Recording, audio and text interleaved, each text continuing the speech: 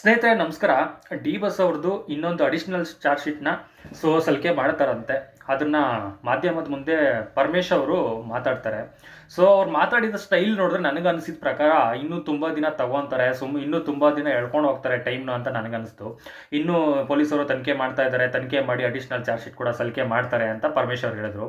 ಅದೇ ಮಧ್ಯ ಮಾಧ್ಯಮದವ್ರು ಏನಿದ್ದಾರೆ, ಈ ಸೋ ಕಾಲ್ಡ್ ಮೀಡಿಯಾಗಳು ಕೇಳ್ತಾರೆ. ಅವ್ರದ್ದು ಮೆಡಿಕಲ್ ಬೇಲ್ ಏನಿದೆ, ಅವರು ಚಿಕಿತ್ಸೆ ಆಪರೇಷನ್ ಆಗಿಲ್ಲ.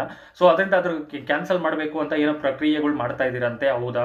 ಇವರು ಪ್ರಸನ್ನ ಕುಮಾರ್ ಅವರು ಎಲ್ಲ ರೆಡಿ ಮಾಡಿ ಅದನ್ನ ಹಾಕ್ತಾ ಇದ್ದಾರಂತೆ, ಹೌದಾ ಅಂದ್ರೆ ಹೌದು, ಪ್ರಕ್ರಿಯೆ ಎಲ್ಲ ನಡೀತಾ ಇದೆ, ಅದ್ರ ಬಗ್ಗೆ ಮಾತಾಡೋಣ, ನೋಡೋಣ ಅಂತ ಹೇಳ್ಬಿಟ್ಟು ಹೋಗ್ತಾರೆ. ನನಗೆ ಅರ್ಥ ಆಗಿದ್ದು ಏನು ಅಂದ್ರೆ, ಎಲ್ಲ ಕೇಸ್ಗಳು ಇದೇ ರೀತಿ ಇಂಟ್ರೆಸ್ಟ್ ತಗೊಂತಾರ ಈ ಸರ್ಕಾರಿ ವಕೀಲರು. ಬೇರೆ ಬೇರೆ ಕೇಸ್ಗಳು ಬರ್ತಾವಲ್ವಾ, ಅವಾಗ ಯಾಕೆ ತಗೊಳಲ್ಲ? ಓಕೆ, ಇವ್ರು ತಗೊತಾ ಇದ್ದಾರೆ ಅಂದರೆ ಇದು ಒಪ್ಕೊಳ್ಳೋಣ, ಇರಲಿ. ನಾನೇನು ತಪ್ಪು ಅಂತ ಹೇಳ್ತಾ ಇಲ್ಲ, ಅವ್ರು ಹಂಗೆ ಮಾಡಬಾರ್ದು ಅಂತಲೂ ನಾನು ಹೇಳ್ತಾ ಇಲ್ಲ. ಬಟ್ ಕರ್ನಾಟಕದಲ್ಲಿ ಇದೊಂದೇ ಕೇಸಾ?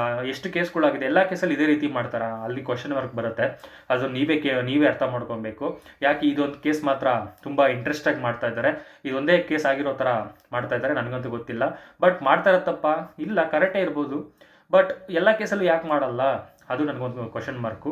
ಹಾಗೆ ಇವರು ಕೊಲೆ ಮಾಡಿರೋದು ಪ್ರೂವ್ ಆಗಿದೆಯಾ? ಇಲ್ಲ. ಯಾಕೆ? ಏನು? ಇವೆಲ್ಲ ನೀವೇ ಅರ್ಥ ಮಾಡ್ಕೊಬೇಕಾಗತ್ತೆ.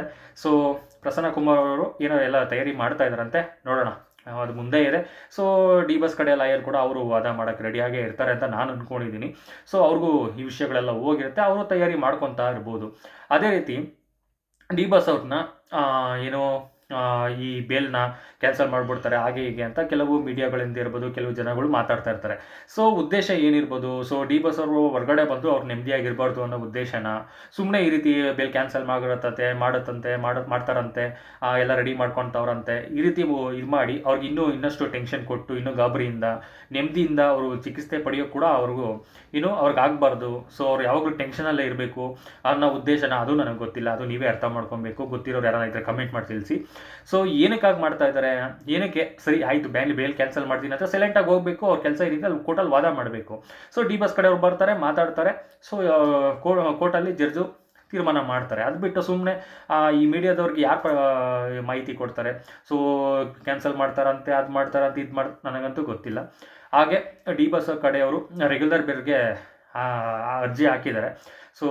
ಎಸ್ ಪಿ ಪಿ ಅವರು ಎಲ್ಲ ರೆಡಿ ಮಾಡ್ಕೊಂಡಿದ್ದಾರೆ. ಎಸ್ ಪಿ ಪಿ ಅಂತೀನಿ, ನಾಗೇಶ್ ಅವರು ಎಲ್ಲ ರೆಡಿ ಮಾಡ್ಕೊಂಡಿದ್ದಾರೆ. ಮಂಗಳವಾರ ವಾದ ನಡೀತಾ ಇದೆ.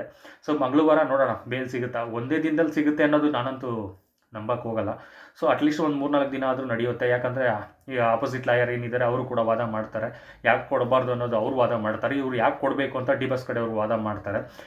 ನನಗೆ ಗೊತ್ತಿದ್ದಾಗ ಒಂದು 3-4 ದಿನ ನಡೆದು ಏನೋ ಒಂದು ಡಿಸಿಷನ್ ಆಗ್ಬೋದು.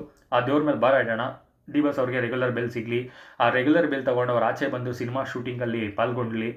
ಅವ್ರ ಚಿಕಿತ್ಸೆ ಏನಿದೆ ಅದನ್ನು ಮುಗಿಸಿ ಬೇಗ ಗುಣಮುಖರಾಗಿ ಬರಲಿ ಅಂತ ಕೇಳ್ಕೊಳ್ಳೋಣ.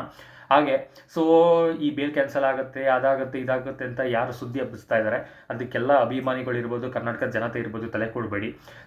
ಆ ಥರ ಏನಾನ ಇದ್ದರೆ ಅದು ಕೋರ್ಟಲ್ಲಿ ನೋಡ್ಕೊಳ್ಳೋಣ. ಕೋರ್ಟ್ಗೆ ಹೋದಾಗ ಡಿ ಬಸ್ ಕಡೆ ಲಾಯರ್ ಇದ್ದಾರೆ, ಡಿ ಬಸ್ ಇದ್ದಾರೆ, ಅವ್ರ ಕುಟುಂಬ ಇದ್ದಾರೆ, ನೋಡ್ಕೊತಾರೆ. ಇವಾಗ ಆರಾಮಾಗಿರಿ. ಇವಾಗ ಹೊರಗಡೆ ಬಂದು ಚಿಕಿತ್ಸೆ ಪಡಿತಾ ಇದ್ದಾರೆ, ಅವ್ರು ಆರಾಮಾಗಿರಲಿ. ಸುಮ್ಮನೆ ಏನಕ್ಕೆ ಸುಳ್ಳು ಸುದ್ದಿಗಳನ್ನೆಲ್ಲ ಹಬ್ಬಿಸೋದು? ನಮ್ಗಿನ್ನೂ ಖಚಿತ ಮಾಹಿತಿ ಇಲ್ಲ. ಸುಮ್ಮನೆ ಅಂತೆಗಳನ್ನ ನಾವು ಸುಮ್ಮನೆ ವೈರಲ್ ಮಾಡಿಕೊಂಡು, ಸುಮ್ಮನೆ ಅವ್ರಿಗೂ ಟೆನ್ಷನು, ನಾವು ಟೆನ್ಷನ್ ಮಾಡ್ಕೊಂಡು, ಅಭಿಮಾನಿಗಳು ಟೆನ್ಷನ್ ಮಾಡ್ಕೊಂಡು ಏನಕ್ಕೆ? ಹಾಗೆ ಡಿ ಬಸ್ಗೆ ಒಳ್ಳೇದಾಗಲಿ ಅಂತ ಕೇಳ್ಕೊಳ್ಳೋಣ. ಇನ್ನೇನು ಹೇಳಬೇಕು?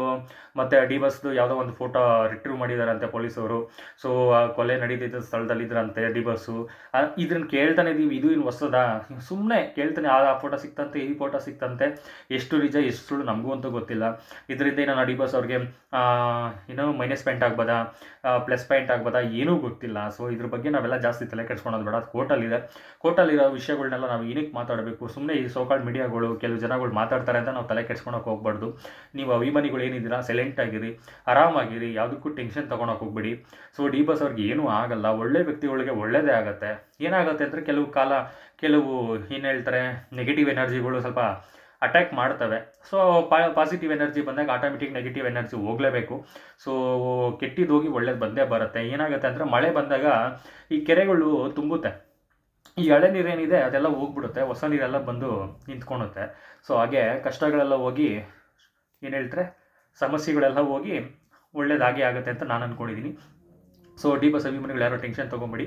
ಸೊ ಆರಾಮಾಗಿರಿ, ವೆಯ್ಟ್ ಮಾಡಿ, ಎಲ್ಲ ಒಳ್ಳೇದಾಗುತ್ತೆ ಅಂತ ಕೇಳ್ಕೊತೀನಿ. ಥ್ಯಾಂಕ್ ಯು, ಧನ್ಯವಾದಗಳು. ಜೈ ಡಿ ಬಸ್ ಜೈ ಕರ್ನಾಟಕ. ಮತ್ತೆ ನಮ್ಮ ಚಾನಲ್ನ ಇನ್ನೂ ಯಾರು ಸಬ್ಸ್ಕ್ರೈಬ್ ಮಾಡ್ಕೊಂಡಿಲ್ಲ, ಸಬ್ಸ್ಕ್ರೈಬ್ ಮಾಡ್ಕೊಳ್ಳಿ, ಪಕ್ಕದಲ್ಲಿರೋ ಬೆಲ್ ಐಕನ್ನ ಕ್ಲಿಕ್ ಮಾಡ್ಕೊಳ್ಳಿ. ಥ್ಯಾಂಕ್ ಯು, ಧನ್ಯವಾದಗಳು.